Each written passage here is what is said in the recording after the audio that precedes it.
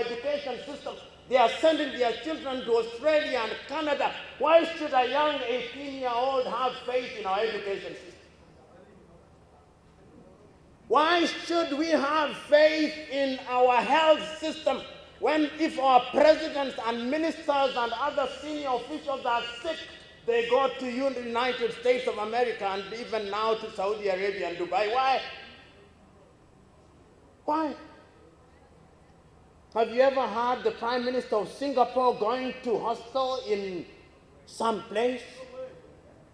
Yet here in Nigeria in the early 1960s, I'm told, King Fahd of Saudi Arabia came for treatment here in Nigeria. He came here. What happened? What happened that no longer happens? What happened that there used to be a major leather factory in Kaduna, and Nigeria was known for producing leather? What happened that today 3/4 of all of you who are present here are wearing shoes which is made in Italy? Except you. What happened that the tables that we are sitting here on, all these tables are imported from China, including the fake flowers? What happened? And I'm saying we are here for serious business because serious jobs are then not created here, they are created elsewhere. The best we can do is for somebody to open an event company at which they then import from China and they come here and charge 1 million naira. That is the only job they can create. Meanwhile, jobs for millions are created in China. That is the reality. That is the reality. It gladdens my heart when you, Governor, are described in favorable terms as having tried to do something. But one swallow does not make a summer. You cannot water the desert with a teaspoon. Your contribution must be upscaled so that it becomes Nigerian. Nigerians are some of the best dressed men and women in the world. But do you know that Nigerian women spend 34 billion United States dollars to import fake hair from Brazil? Do you know? And do you know that that is bigger than the GDP, 1 year GDP of Rwanda, Burundi, South Sudan, and Seychelles combined on fake hair only? Can't we make them here? Can't we? I will not be surprised that even this thing is from China. So I'm saying that it all is in the mind. So in order to solve this problem, ladies and gentlemen, the first thing that we must do is to sanitize our politics. Let us not run away from it.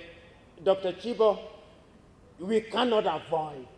That is the elephant in the room.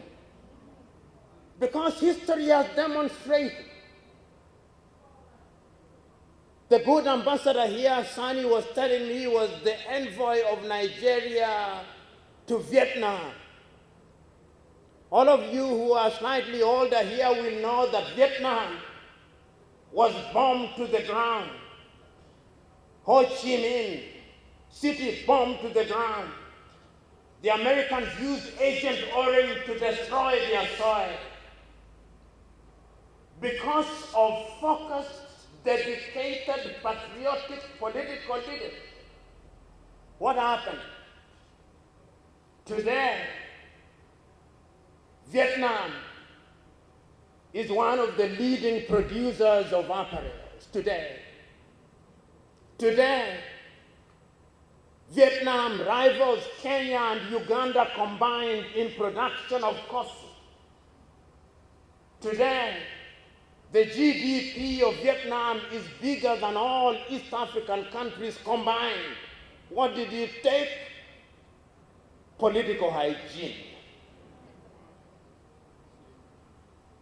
Mauritius, with a population of only 1.8 million, every African now wants to have an office address in Port Louis in Mauritius. What did it take? Sound politics, dedicated politics. Singapore, and many of you here have read Lee Kuan Yew's from first world to third, from third world to first world. What did it take? When Singapore was expelled from the Malaysian Federation, its obituary was written. What did he do? He said, we are going to make it work. It is working. Sound politics. Because politics create the oxygen. Good politics create the oxygen from which the economy breathes. When the economy breathes, then things begin to happen. Mindsets begin to change. You begin to create opportunities at home. Do you know we import fish from China? Do you know we import chicken from Brazil? Do you know in my hotel, I looked at the milk that was provided to me. It is called Hollandia. Do you know it is a Coca-Cola product? Here in Nigeria, in Abuja, milk in my hotel in Abuja, Hollandia, Coca-Cola, the United States. Did the cows in Nigeria forget how to produce milk?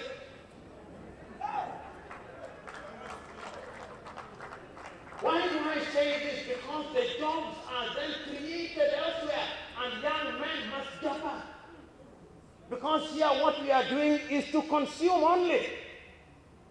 Look at the water industry in Africa today. Water that we drink. I'm happy that the bottles on our desks are not have not been bought by Coca-Cola.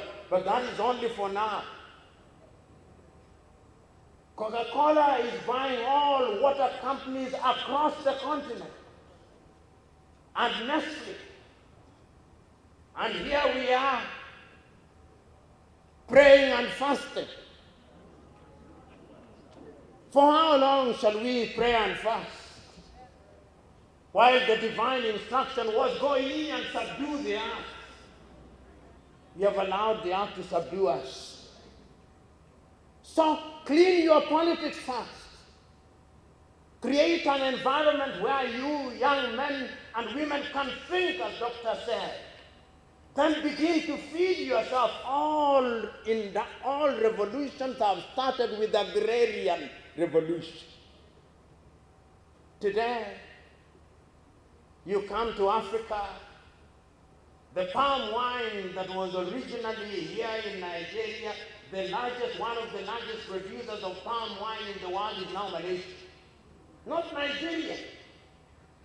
Nigerians still come to weddings with these dirty jerrycans because they have not packaged palm wine. Yet Nigerians are some of the most educated people on earth. And not only Nigerians, Kenyans, Ugandans, Tanzanians, Ghanaians, all of us have sinned and fallen short of the expectation of our Creator. Suppose how many jobs could be created if we got our agriculture right? How many jobs could be created if we got our fishing right? Why would a young 18-year-old boy and girl want to go to their house out in Kuwait or Saudi Arabia or a medical doctor in an old people's home in Germany?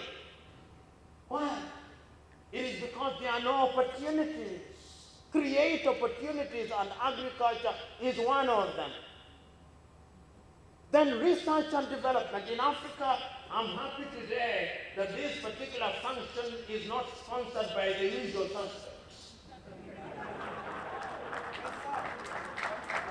You go to any typical African meeting, it is GIZ, it is UKA, it is CEDA Sweden, it is CEDA Canada, it is the European Union. I'm very happy you did not do that. Even the things that we can do, we don't allow them to do. You know, we can do it. You know, last night, when I was watching news and I saw that one of Africa's entrepreneurs, Aliko Dangote, had gone to my degree and donated 1 billion, I said, this is it. This is it. Not some English musician coming there with $100,000. An African Nigerian went to my degree and said, 1 billion naira, I donate. Where has he made his money? Here in Nigeria. It means that dollars can be made in Nigeria. If dollars can be made in Nigeria, why are we running away to other parts of the world? You now have a refinery run by a Nigerian. Good thing. When I came here from Lagos, I flew Air Peace. Good. The only thing that I want is that we now have our own planes in the next 20 years. It will not be Boeing and Airbus. Ibom Air, I flew it once to Akwa Ibom, to Uyo. Good. When you do that, then the jobs will be created here.